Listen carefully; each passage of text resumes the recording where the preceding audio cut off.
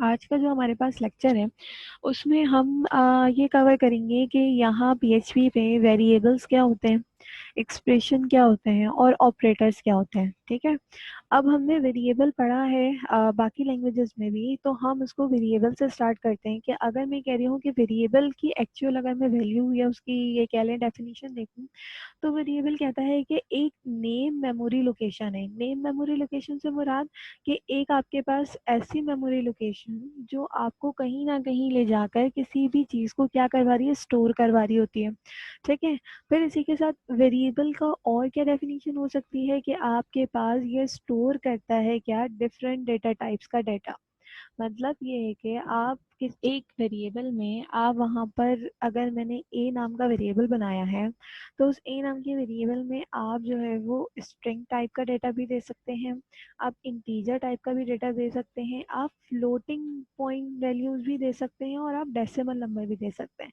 तो मेरे पास जो वेरिएबल है यहाँ पर भी वो यही कहता है कि आप इस वेरिएबल में आप डिफरेंट टाइप्स के क्या कर सकते हैं, डेटा को स्टोर करवा सकते हैं। इसी के साथ देखो वेरिएबल की जो एक्चुअल मीनिंग है वो क्या है कि वो डाटा जो चेंज हो सके। सही है, चेंज हो सके से मुराद कि अगर मैंने ऊपर किसी भी वेरिएबल की वैल्यू 10 इनिशियलाइज कर दी और नीचे आके उसकी वैल्यू मैंने अगर चेंज कर दी तो वो क्या हो जाएगा, आपके पास वो वैल्यू चेंजेबल होती है।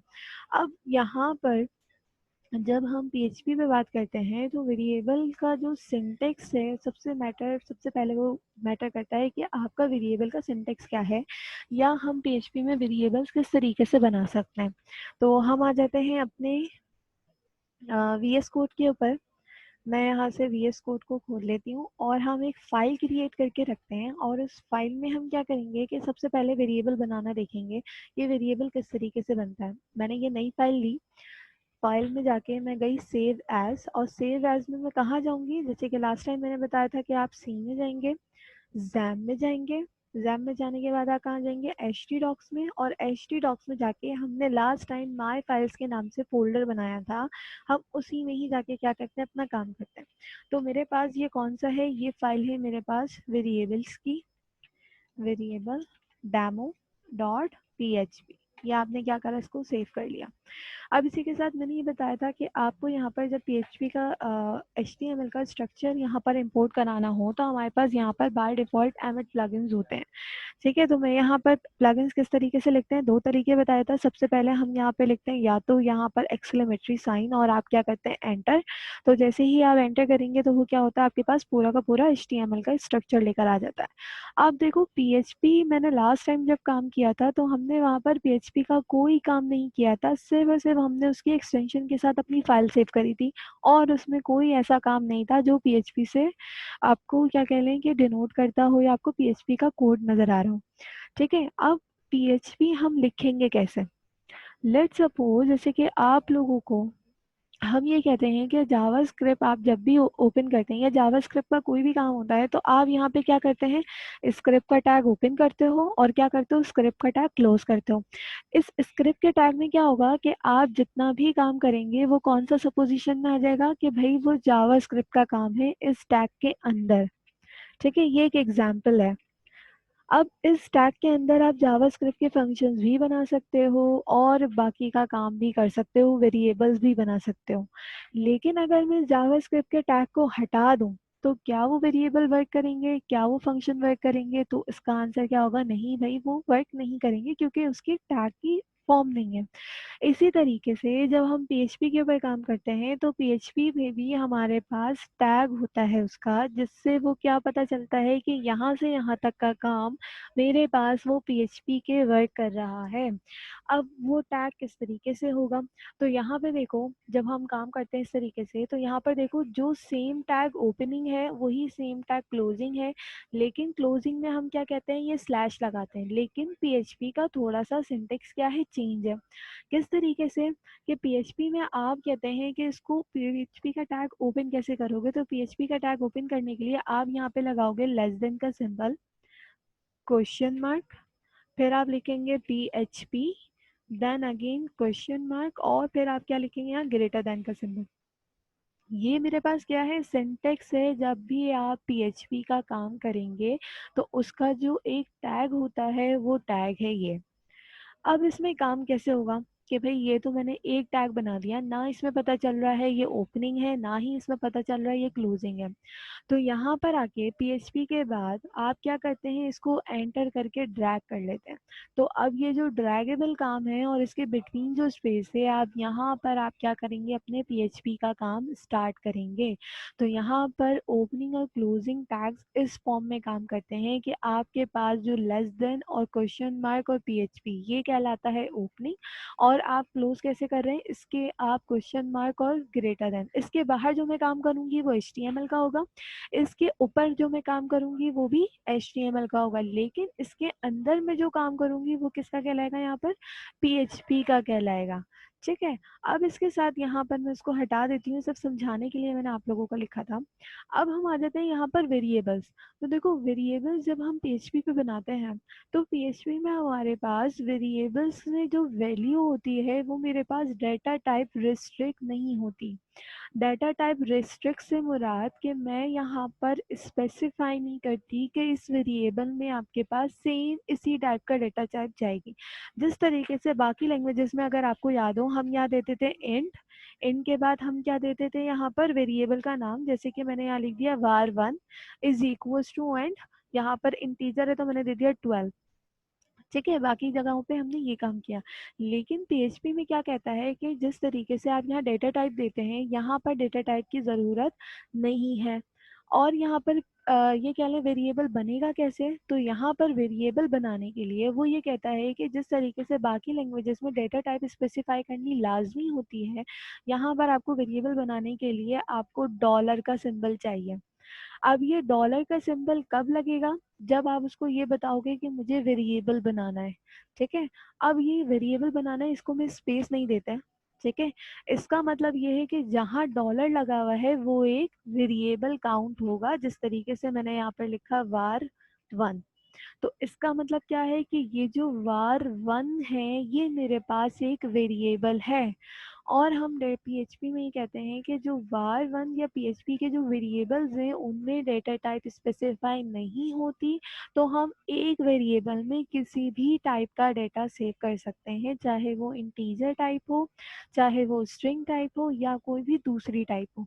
क्योंकि मैंने यहाँ पर ना इंटीजर को बताया है, ना मैंने स्ट्रिंग को बताया है, ना ही मैंने कोई दूसरी ये कह लें कि डेटा टाइप को स्पेसिफाई किया है, तो मैं इस वाली जगह पर कोई भी टाइप दे सकती हूँ या कोई भी डेटा स्टोर करवा सकती हूँ। तो ये वाला जो पार्ट है ये मेरे पास क्या कहलाएगा, इनिशियलाइजेशन। ठीक है, वेरिएबल इनिशियलाइजेशन। अब इसके बाद आ जाते हैं इसकी वैल्यू। अब देखो मैंने सिर्फ एक वेरिएबल बना दिया, दो तरीके हैं, या तो वेरिएबल बना के डायरेक्ट वैल्यू दे दें, या आप क्या करें उसको वेरिएबल पहले बना दें बाद में उसकी वैल्यू स्पेसिफाई कर दें। अब मैं बनाती हूँ दूसरा वेरिएबल। दूसरे वेरिएबल भी मुझे जब वेरिएबल बनाना है तो हमने क्या रूल पढ़ा कि वेरिएबल बनाने के लिए आपको डॉलर का सिंबल लगाना लाजमी है। ठीक है, डॉलर का सिंबल लगाया और मैंने यहाँ पे लिखा var2। var2 मैंने वेरिएबल बनाया। अब मैंने कहा मुझे इसकी वैल्यू देनी है, तो एक असाइनमेंट ऑपरेटर हम यूज करते हैं वेरिएबल की वैल्यू असाइन करने के लिए। और मैंने कहा कि मुझे इस वेरिएबल में वैल्यू चाहिए इंटीजर टाइप की, तो मैंने इसमें क्या वैल्यू दे दी, 10 दे दी। इसी तरीके से अब मुझे अगर यहाँ पर स्ट्रिंग टाइप की वैल्यू चाहिए, लेट सपोज मैं अपना नाम ले लेती हूँ, तो मैंने यहाँ दोबारा से क्या लिखा, डॉलर, और मैंने वेरिएबल का नाम क्या दिया, नेम। मैंने लगाया इज इक्वल्स टू, और स्ट्रिंग यहाँ पे काउंट होता है डबल कोटेशन से, तो मैंने यहाँ पर अपना नाम क्या ले लिया। ठीक है। इसी के साथ अगर मुझे क्या करना हो, डेसिमल वैल्यू देनी हो, डेसिमल वैल्यू कैसे देंगे, तो मैंने यहाँ पे लिया डॉलर, डॉलर के बाद मैं यहाँ पे लेती हूँ डेसिमल, डेसिमल की मैंने शॉर्ट फॉर्म ले ली और मैंने यहाँ पे ले लिया 3.5। इसी तरह हम यहाँ पे क्या ले सकते हैं, करेक्टर वैल्यू भी ले सकते हैं। तो करेक्टर वैल्यू के लिए मैंने यहाँ पे लिखा $4, क्योंकि इसमें कोई डेटा टाइप नहीं स्पेसिफाई, और सिंगल कोड बताएगा कि आप ये क्या ले रहे हैं, एज इन करेक्टर कंसीडर कर रहे हैं, और मैंने इसको क्या ले लिया, ए। ठीक है, ये मेरे पास हो गए वेरिएबल। अब इसको प्रिंट कैसे करेंगे, मतलब कि जब हम वेरिएबल में वैल्यूज डाल देते हैं किसी मेमोरी की लोकेशन पे, मैंने अपनी वैल्यू सेव करवा दी, तो मैं उसको प्रिंट कैसे करवाऊंगी। तो हमने बहुत सारी लैंग्वेजेस में डिफरेंट चीज़ें होती हैं जिसके थ्रू आप क्या करवाते हैं, प्रिंट करवा रहे होते हैं। लाइक अगर मैं बात करूं तो आप लोगों ने एमवीसी पे काम किया है, आपने जो है वो प्रिंट करवाने के लिए console dot write line C sharp में यूज़ किया था। बाकी लैंग्वेजेस में भी क्या है, बहुत सारी चीज़ें, ठीक है, डॉक्यूमेंट डॉट राइट यूज़ किया था। अगर मैं पीएचपी की बात करूं तो पीएचपी में जो प्रिंटिंग होती है,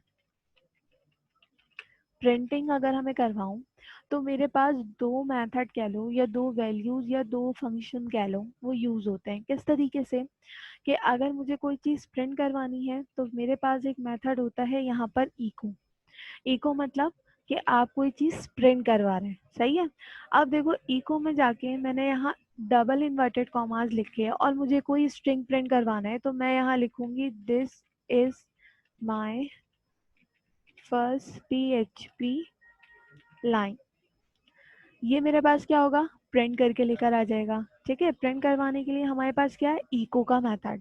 इसी के साथ मेरे पास एक और मेथड भी होता है जो क्या है, डायरेक्ट प्रिंट का भी है। मतलब आप इको भी यूज कर सकते हैं, नॉर्मली जो बहुत ज्यादा वास्ट यूज है वो इको है, लेकिन प्रिंट भी यहाँ पर क्या है, यूज आप कर सकते हैं।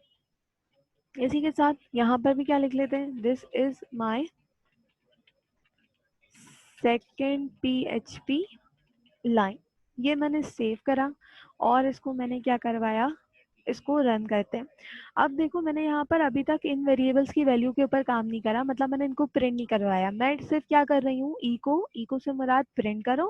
क्या प्रिंट करो, ये जो आपने स्टेटमेंट दी है इसको प्रिंट करो। अब रन करने के लिए क्या काम होता है, ये मैंने आप लोगों को पहले भी बताया था कि रन करने के लिए आप सबसे पहले क्या करेंगे, यहाँ पर आप लिखेंगे लोकल होस्ट। ठीक है, डायरेक्टली फाइल रन नहीं होगी। अगर मैं डायरेक्टली आप लोगों को दिखाऊं रन करके, तो यहाँ पर आप लोगों को आइडिया होगा कि हम यहाँ से डायरेक्टली रन नहीं कर सकते। ये देख लो आपके पास नहीं आएगा। ओपन विद अगर मैं क्रोम करूंगी तो वो देखो मुझे क्या दे रहा है, पूरा कोड दे रहा है, हालांकि ऐसा नहीं होता। ठीक है, तो फिर हम यहाँ पे क्या करते हैं, लोकल होस्ट किया और इसको आप कर दें एंटर। अच्छा देखो मेरे पास क्या आ रहा है, एरर आ रहा है, तो इसका मतलब क्या है, जो मेरे यहाँ पर अपाचे वाला काम है वो कहीं ना कहीं स्टॉप हुआ हुआ है। तो मैं इसको दोबारा से स्टार्ट करती हूँ और मैं इसको एंटर कर देती हूँ।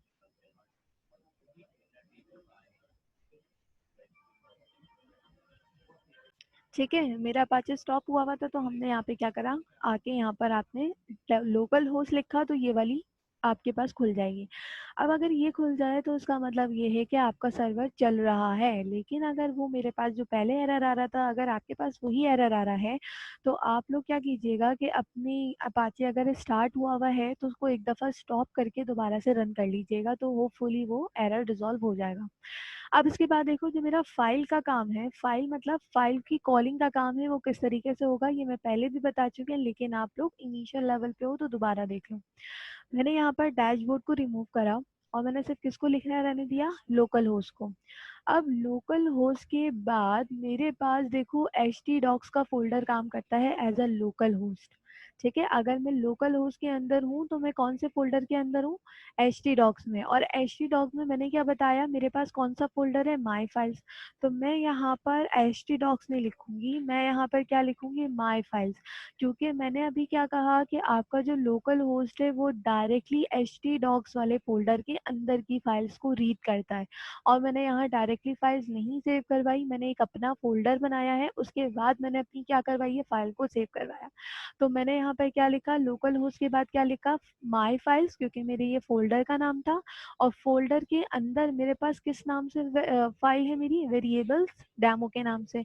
तो मैं यहाँ लगाऊंगी स्लैश, स्लैश लगाने के बाद मैंने यहाँ लिखा वेरिएबल।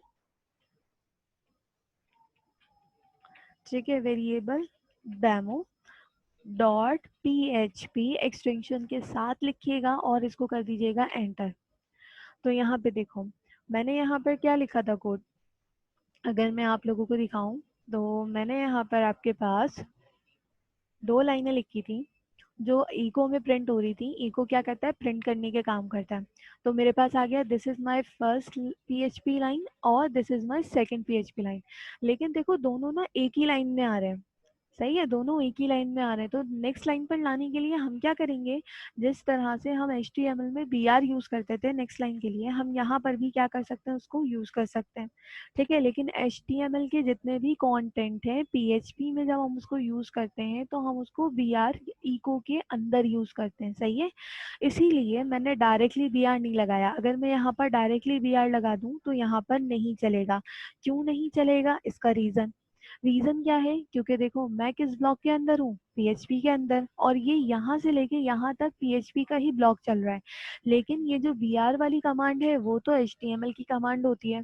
तो इसीलिए अगर मैंने यहाँ तक आके सेव करके मैं आप लोगों को अगर आउटपुट दिखाऊं तो वो मुझे क्या दे रहा है, एरर दे रहा है। ठीक है, तो इसीलिए जब भी आपको यहाँ पर HTML का PHP के कोड के अंदर लिखना होता है तो आप इको के अंदर अपना क्या करते हो, प्रिंट करवाते हो। चाहे वो पूरा टेबल हो, वो टेबल पूरा किसके अंदर प्रिंट होगा, इको के अंदर प्रिंट होगा। ठीक है, तो इसीलिए मैं इसको खाली बाहर नहीं लिख सकती, क्योंकि ये रूल है तो रूल को हमें फॉलो करना है। मैं किसके साथ रन कर सकती हूँ, मैं इको के साथ HTML के जितने भी टैग्स हैं उनके ऊपर काम कर सकती हूँ। तो अब देखो ये भी जो BR का टैग है, मैंने यहाँ पर आके इसको पेज को रिफ्रेश कर लेना खाली और आपके पास चल जाएगा। तो देखो आपके पास मैंने क्या लगाया, मैंने कहा कि ये लाइन लिखी हुई आनी चाहिए। ठीक है, एक लाइन ब्रेक होना चाहिए और इसके बाद क्या आ जाए, ये सेकंड लाइन। तो यहाँ पे देखो एक लाइन ब्रेक आ गया। यहाँ तक आप लोगों को क्लियर है। ठीक है, आगे बढ़ते हैं। अब देखो यहाँ पर मैंने क्या किया है कि मैंने स्ट्रिंग मैंने प्रिंट करवा दी। लेकिन देखो मैंने ऊपर क्या बनाए हुए थे, कुछ वेरिएबल्स बनाए हुए थे। तो इन वेरिएबल्स की वैल्यू मैं कैसे प्रिंट करवा सकती हूँ, तो देखो इन वेरिएबल की वैल्यू किस तरीके से आप प्रिंट करवाएंगे, आप यहाँ नीचे आएंगे और मैं यहाँ पर देखो BR ऊपर से कॉपी कर रही हूँ इको के साथ ही, क्योंकि आप लोगों को मैंने ये दे दिया है कि ये BR बगैर इको के नहीं चलेगा। ठीक है, अब देखो मुझे प्रिंट करवाना है तो प्रिंट के लिए दो स्टेटमेंट है, या तो प्रिंट यूज कर लो या इको यूज कर लो। लेकिन नॉर्मली जो PHP है उसके साथ हम इको यूज करते हैं, क्योंकि वो उसके सिंटेक्स के लिए बनी है। प्रिंट हमारे पास इंक्लूड हुई है अभी, क्योंकि मोस्ट ऑफ द लोग जो है वो इको लिखना जो है वो कहते हैं कि उनको थोड़ा सा अजीब सा लगता था, इको जैसे लाइक कुछ प्रिंटिंग का ऑप्शन नहीं है। इसीलिए उन्होंने यहाँ पर क्या करा है, प्रिंट को भी इंक्लूड कर दिया है। लेकिन जो ऑफिशियली हम काम करते हैं, मैं जो काम करती हूँ, जो मेरी आदत है, हम उसको इको के साथ काम करते हैं। ठीक है, तो इको के साथ हम यहाँ पे काम करेंगे। और अब देखो यहाँ पर गौर से कि अगर मुझे वेरिएबल की वैल्यू चाहिए, कौन से, वेरिएबल 2 की, तो यहाँ पर वेरिएबल जब भी आप प्रिंट करवाएंगे तो वो किसी भी ब्रैकेट या किसी भी इन्वर्टेड कॉमास के अंदर नहीं होगा। किस तरीके से, कि मैंने यहाँ पे क्या प्रिंट करवाना है, वेरिएबल 2 की वैल्यू। और देखो मैंने क्या बताया कि ये जो डॉलर का सिंबल है ये बताता है कि ये वेरिएबल है एक। तो आप डॉलर के सिंबल के साथ ही वेरिएबल को काउंट करते हैं, ये नहीं कि आपने एक दफ़ा इनिशियलाइज करते वक्त डॉलर का सिंबल बना लिया और उसको आप बाद में नहीं यूज़ करते। आप जब जब वेरिएबल को कॉल करेंगे आप इस डॉलर के सिंबल को उसके साथ कॉल करेंगे। ठीक है, अब देखो मुझे यहाँ पर वेरिएबल 2 प्रिंट करवाना है, तो वेरिएबल 2 के लिए मैंने यहाँ पर लिखा इको, और इको के साथ मैंने यहाँ पर बनाया डॉलर, क्योंकि डॉलर का symbol is the most important part of the variable. और मैंने यहाँ पे लिखा var 2 और मैंने लगाया सेमी कॉलन। अब देखो यहाँ पर ना केस सेंसिटिव लैंग्वेज है, PHP जो हमारे पास है वो केस सेंसिटिव। अगर मैं यहाँ पे सेमी कॉलन ना लगाऊं और मैं यहाँ पर आकर मैं इसको पेज को रिफ्रेश करूं तो मेरे पास चल जाएगा। लेकिन अगर आगे ही मैं यहाँ पर क्या करूँ कि कोई ऐसी लाइन है, लेट सपोज इसके आगे मैं कोई काम करती हूँ, तो ये फिर यहाँ पर काउंट नहीं होगा। यहाँ पे देख लो, सही है। मतलब ये है कि आपने अगर लास्ट में नहीं लगाया तो इज इट ओके, कोई मसला नहीं है। लेकिन आपने लगाने के बाद कोई दूसरी लाइन लिख दी तो फिर वो आपको क्या करेगा, यहाँ पर एरर देगा, और ये यहाँ पर केस इनसेंसिटिविटी का काम करता है। तो आपको यहाँ पर ये काम आपको क्या है, देखना है और ध्यान से। तो ये सेमीकोलन लगाना आपको लाजमी है। अब देखो यहाँ पर मैंने सेमीकोलन नहीं लगाया था तो मेरे पास क्या है, एरर आ गया था। तो यहाँ पे देखो जो मेरे वेरिएबल की वैल्यू थी, क्या वैल्यू थी यहाँ पर 10, वो यहाँ पर क्या हो गई प्रिंट हो गई। इसी के साथ अगर मुझे ये नेम प्रिंट करवाना है अपना, तो मैं यहाँ पे क्या करूँगी, बी आर को अगेन मुझे नेक्स्ट लाइन पे चाहिए, तो मैंने यहाँ पर इसको पेस्ट किया और मैं अगेन लिखूंगी इको, क्योंकि वेरिएबल में मेरा नेम सेफ है पहले से, अगर नहीं होता तो मैं उसको प्रिंट करवाती सिर्फ और सिर्फ स्ट्रिंग, लेकिन पहले से मैंने वेरिएबल में स्टोर करवा दिया, तो मैं यहाँ पे लिखूंगी डॉलर नेम और सेमी कॉलन। इसी तरीके से हम क्या करते हैं, बाकी भी कर लेते हैं। मैंने यहाँ लिखा इको, इको के बाद मैंने लिखा डॉलर डेसिमल, ठीक है। अगेन हमने यहाँ लगाया बी आर, और बी आर के बाद मैंने यहाँ पर लिखा echo dollar 4 and then semicolon. इन सबको मैंने सेव किया और यहाँ पर आके मैंने दोबारा से फाइल करी, तो जो मेरे पास वेरिएबल की वैल्यू थी वो सारी की सारी क्या हो गई, यहाँ पर आके प्रिंट हो गई।